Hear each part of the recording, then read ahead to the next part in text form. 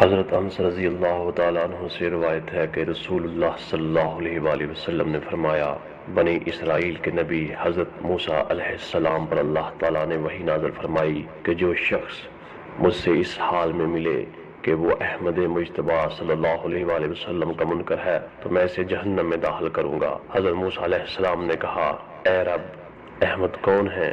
فرمایا، میں نے کسی مخلوق کو ان سے بڑھ کر مکرم نہیں بنایا، اور میں نے ان کا نام تخلیق آسمان و زمین سے پہلے عرش پر لکھا۔ بلا شبہ میری تمام مخلوق پر جنت حرام ہے جب تک وہ ان کی امت میں داخل نہ ہو۔ حضرت موسیٰ علیہ السلام نے کہا، ان کی امت کیسی ہے؟ فرمایا، وہ بہت زیادہ حمد کرنے والی امت ہے، جو چڑھتے ہوئے اور اترتے ہوئے ہر حال میں خدا کی حمد کرنے والی ہے۔ وہ اپنی کمریں باندھیں گے اور اعضاء کو پاک کریں گے۔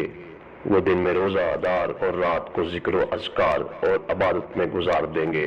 ان کے قلیل عمل کو قبول کروں گا اور لا الہ الا اللہ کی شہادت پر ان کو جنت میں داخل کر دوں گا۔ عرض کیا، اس امت کا نبی مجھے بنا دیجئے۔ فرمایا، اس امت کا نبی انہی میں سے ہوگا۔ عرض کیا، مجھے اس نبی کا امتی بنا دے۔